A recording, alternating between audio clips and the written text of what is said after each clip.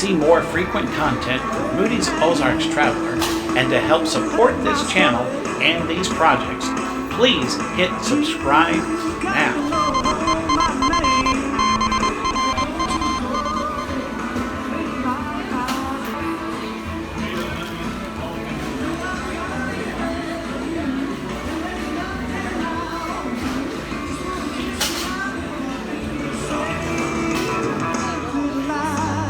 Welcome travelers, Kevin Moody, Moody's Ozarks Traveler here, and we are at Red's Revived Historic Route 66 Diner and Cafe,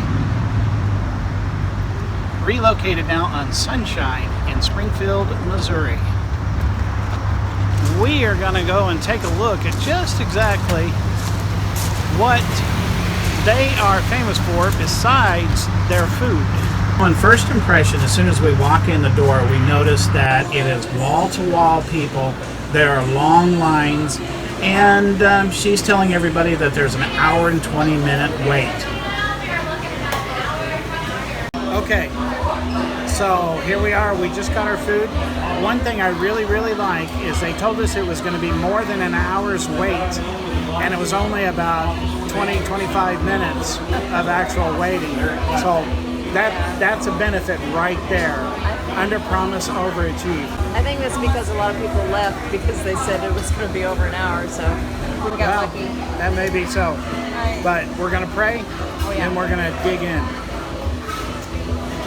Lord, thank you for this food. We pray that you bless it and make nourishment to our bodies. In Jesus' name I pray. Amen. This is funny, the way they're shaped. Yeah. They're like stacked on top of each other when they're little. So, I already put some sauce on there. It was this. This is mine right here. What do you call this sauce? Special sauce.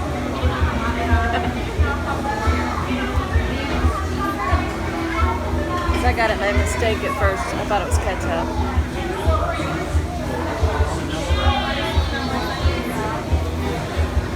Alright, we're going to dig in. I'm sorry. Got some ketchup, got some special sauce. What's this special sauce like? It's good. It doesn't have pickle. If you want more, you can go up and get some more. It's pretty good. Thousand Island. It's kind of like Big Mac sauce, but Kind of like Big Mac sauce, Thousand Island. It is pretty loud in here. But It is. I mean, that's okay. It's busy. So it's just a lot of people here. That's good. It's got a real good breading on there.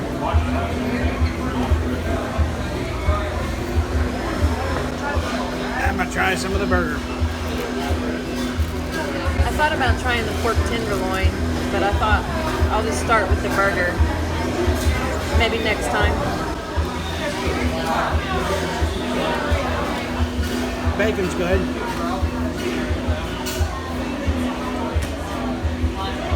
Big bite.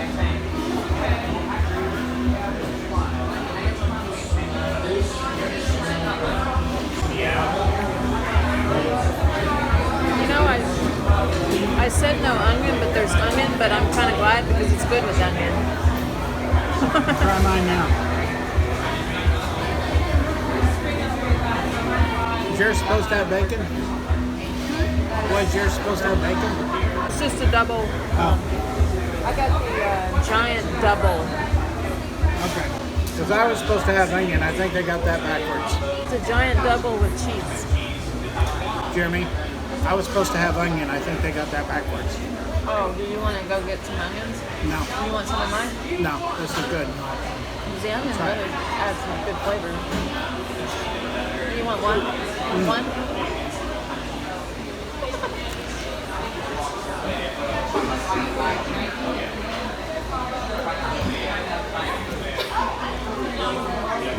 It's good. Okay, I'm being messy because it's big. I'll take one. It's a mouthful. What? Oh. I gotta find one. That's about all I can find right now. Is that okay? Try the onion. It's an onion. It's an onion. Well, I got onion rings. All right. Well, we're going to go away right now while we devour this food. While we're headed back to the studio, if you like this kind of content, please go ahead and give us that thumbs up, subscribe, it's absolutely free. Comment down in the comments below and share this video. Back in the studio, and we're just going to talk amongst ourselves and give you a little bit of impression about what we thought of our experience at Red's. And then after that, I am going to go and give you a little history on Red's from Route 66. So first of all, Donella, what did you think about Red's overall? Overall, I was very impressed. I thought everything ran very smooth. They were extremely busy, but I mean, it was just like a well-oiled machine, I think. I like that, like a well-oiled machine. Yeah, their customer service was really good, and the food was absolutely delicious. It was cooked to perfection. Yeah, it wasn't overdone. It wasn't underdone. The onion rings. What did you think of those onion rings? They were good. You will see me eating them there. Or they have seen us eating them. Yeah. They were pretty good. They're very. They have a really nice thick coating on the outside. Yeah, they got a good texture to it. It was an ample portion. And I gotta say, I'm kind of a spendthrift when it comes to this sort of thing. You can ask Donella. Mm-hmm. And one thing that I liked about it is the price per meal did not approach an hour's wage. It was well below an hour's wage. And I'm the kind of person, if I'm going to have to work an hour to eat somewhere, you better give me good service. You better give me good food, because I worked an hour to be able to eat here. Well, I didn't have to work an hour to be able to eat there. And it was good anyway. I would have readily paid the full price and been happy about it. I enjoyed it. Yeah, good portions. It was good, fresh, hot food. The atmosphere. What did you think of the atmosphere? I think it was really good. I mean, because I'm a person that usually gets nervous when it's a real busy place with lots of music, but I was comfortable and I just had fun. Well, that's so cool. That's saying something about the atmosphere. Yeah, that says a lot. It was loud, it was noisy in there, but at the same time, I felt like it was private, except for the old lady across that kept staring at me. Really? I didn't notice that. Yeah, she kind of made me nervous. Thought everybody kept looking at the big screen on the wall. Yeah, they had these big screens on here, and I should be doing a walk around right now, showing you a little bit of what it was like in there. And yeah, I would recommend this. The prices are actually equivalent to McDonald's.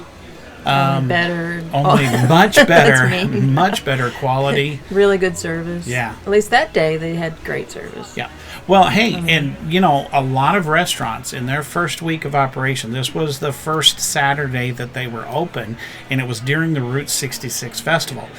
A lot of restaurants, a lot of opening businesses have many major failures in their first and they were so helpful, and I couldn't find something, and the girl that worked there, she said, "That's okay, I couldn't find it either on my first day." And they were just really nice. Yeah, it was really cool. I think it was the straws or something. Yeah. What I liked was you saw it at the beginning of the video there, was I really enjoyed the little adjustable, what was that, a drive-in movie theater speaker that was in there. That was pretty cool, because if you wanted to tune everybody out, you could turn the music up. If you liked the song, you could turn it up. If you didn't, you could turn it down. I told you to turn it down. But anyway, overall, go to Red's. You're going to enjoy them. Great food, fantastic service, and a rich, unique atmosphere. Oh, did you notice, just talking on the atmosphere, of course they had all the movie stars' pictures up there and everything, pictures of Red himself. Yeah. The chandeliers. Oh yeah, those were pretty. Those were pretty cool.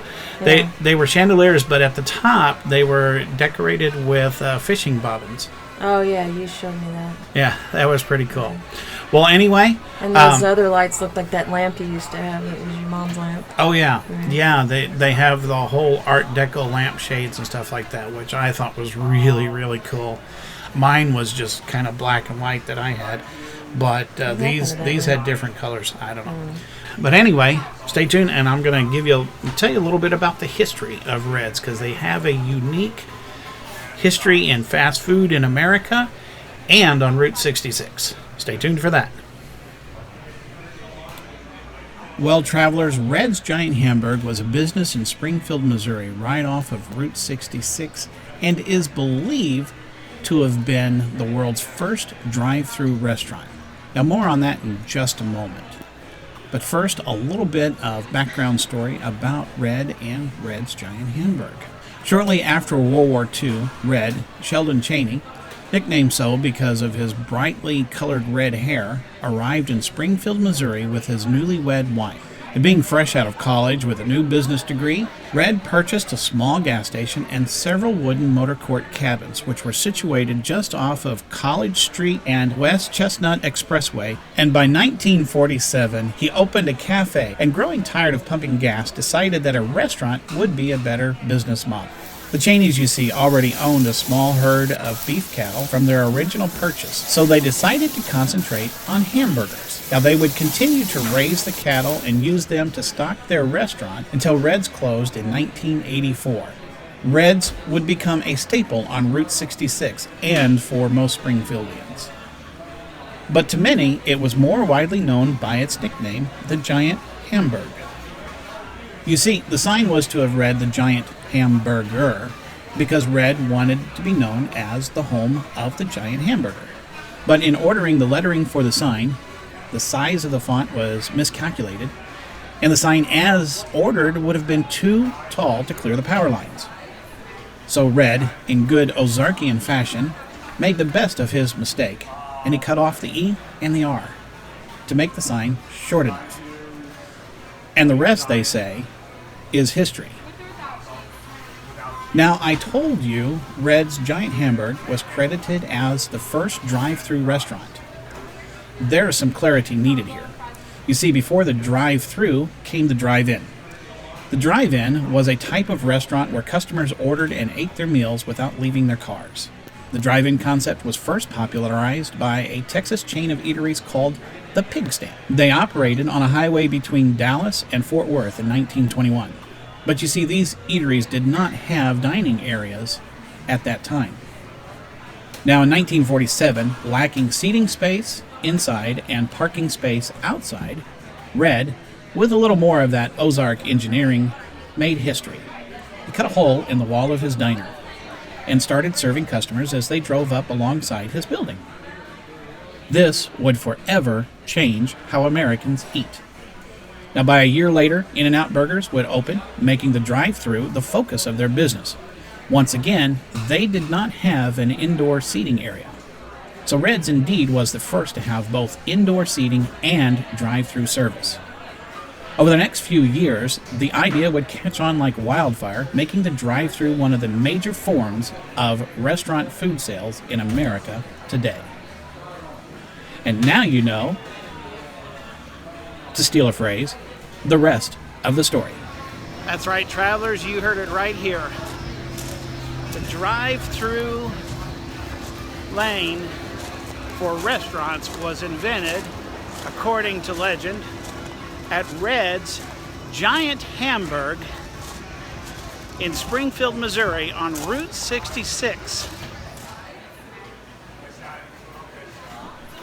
Thank you, travelers, for making it this far with us all the way through the video. If you like this type of content, if you want to see more and you want to see it more frequently, please go ahead and give us a subscribe here on YouTube. Just hit that little button down there and hit that notification as well.